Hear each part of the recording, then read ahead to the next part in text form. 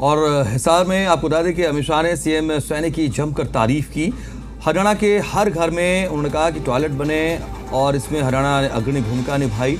और अमित शाह ने कहा कि हिसार में वो विपक्ष पर भी बरसते नजर आए हैं और उन्होंने कहा कि बिना पर्ची खर्ची के 80,000 नौकरी यहाँ बीजेपी की सरकार ने दी। हुड्डा ने 36,000 का बजट छोड़ा था, सीएम सैनी ने 2 लाख करोड़ तक इसे पहुंचाया। हरियाणा में एक जाति के लोगों को नौकरी मिलती थी, हर घर में रोजगार देंगे, ये अमित शाह ने सरकार की तरफ से भरोसा दिया। एक बार फिर सैनी जी, जब आप उनको देखोगे तो बड़े शांत, सौम्य और एक अद्भुत व्यक्तित्व दिखेगा। हंसमुख तो है ही, पर इसके साथ साथ कठोर प्रशासक भी है। प्रशासन पर पूरी उसकी पकड़ है। जब हरियाणा में चुनाव की शुरुआत आई तब कुछ सुधार करने जरूरी थे। मेरे घर पर एक मीटिंग हुई, कुछ निर्णय हुए, 22-23 निर्णय हुए थे। मैं इसको दोहराना नहीं चाहता, परंतु बैठक के बाद मैंने सैनी को अकेले में कहा कि सैनी जी, ये बहुत कठिन है, इतने 2.5 महीने में 3 महीने में सब पूरा करना। उन्होंने कहा वो जी हो जाएगा जी, आप चिंता मत करो जी। मुझे लगा चलो अच्छा है, कर ही लेंगे। मगर साहब, चुनाव की घोषणा के पहले सारे के सारे काम नायब सिंह ने पूरे कर दिए थे और ये इसकी प्रशासनिक क्षमता का उदाहरण। जब जनता के बीच में से उठकर एक सामान्य व्यक्ति राज्य के शासन की धुरा संभालता है, तब किस प्रकार का परिवर्तन आता है, इसका आदर्श उदाहरण हमारे नायब सैनी है। और इसीलिए कोई भी समस्या लेकर जाओ वो हंसते हैं और हंसकर इसका स्वागत भी करते हैं और समाधान भी करते हैं। बहुत तंज कसे जाते हैं हमारे डबल इंजन के मॉडल पर।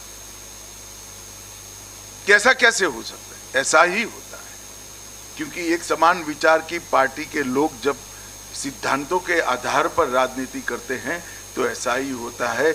इसका बेस्ट उदाहरण है तो हमारा हरियाणा है। ये हरियाणा में सबसे बड़ी बदनामी होती थी नौकरियों के अंदर करप्शन, जातिवाद के कारण। एक सरकार आती थी तो एक क्षेत्र के लोगों को नौकरी मिलती थी, दूसरी सरकार आती थी तो दूसरे क्षेत्र के लोगों, और किसी को फ्री ऑफ कॉस्ट नौकरी नहीं मिलती थी। खर्ची भी चाहिए थी और पर्ची भी चाहिए थी। भारतीय जनता पार्टी की सरकार ने खर्ची और पर्ची के बगैर 80,000 नौकरियां बांटकर ये सिद्ध किया कि लोकतंत्र में जाति के आधार पर राजनीति नहीं करती। हरियाणा का बजट, हुड्डा साहब शायद कल देखेंगे अखबार में, हुड्डा साहब आप 37,000 का छोड़कर गए थे, हमारे सैनी ने इसको 1 लाख करोड़ तक पहुंचाने का काम, 2 लाख करोड़। आज सैनी जी मेरे डेटा को सुधारते ही जा रहे हैं। इसका मतलब कि आप जीडीपी भी बढ़ा रहे हो, जनता की सुख सुविधा भी बढ़ा रहे हो, गरीबों को भी आगे लाने का काम कर रहे हो और इंफ्रास्ट्रक्चर भी बना रहे हो। ढेर सारे काम है, आज विषय नहीं है इंफ्रास्ट्रक्चर पर बोलने का, परंतु मैं 2 आंकड़े जरूर देना चाहता हूं। जब 10 साल यूपीए की सरकार थी तब 10 साल यहां पर भी कांग्रेस की सरकार थी, सोनिया मनमोहन की सरकार चलती थी। 10 साल में हरियाणा को 10 साल में 41,000 करोड़ रुपया दिया और 10 साल नरेंद्र मोदी जी की सरकार चली, हमने 1,43,000 करोड़ रुपया हरियाणा को देने का 3 गुना पैसा दिया। इसके अलावा 1,26,000 करोड़ के इंफ्रास्ट्रक्चर का काम, 72,000 करोड़ के सड़क निर्माण का काम और 54,000 करोड़ का रेलवे का काम अलग से देने का काम भारतीय जनता पार्टी की सरकार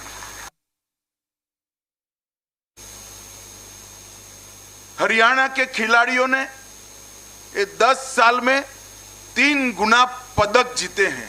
ये कोई प्रयास के बगैर नहीं हो सकता। बासमती चावल का सबसे बड़ा निर्यातक छोटा प्रदेश होने के बावजूद 10 साल में हमारा हरियाणा बना। और सेना में हर 10वां जवान एक छोटे से हरियाणे से।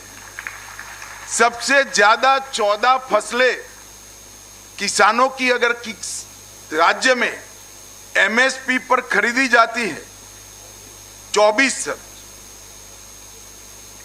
सैनी जी बहुत जागरूक है। पहले 14 थी, सैनी जी के लिए ताली बजाओ, उन्होंने 14 से 24 कर दी। सबसे पहला राज्य अगर कोई है तो हरियाणा है। लाल डोरे के भीतर मालिकाना हक अगर पूरे देश में सबसे पहले किसी ने दिया तो हरियाणा ने दिया।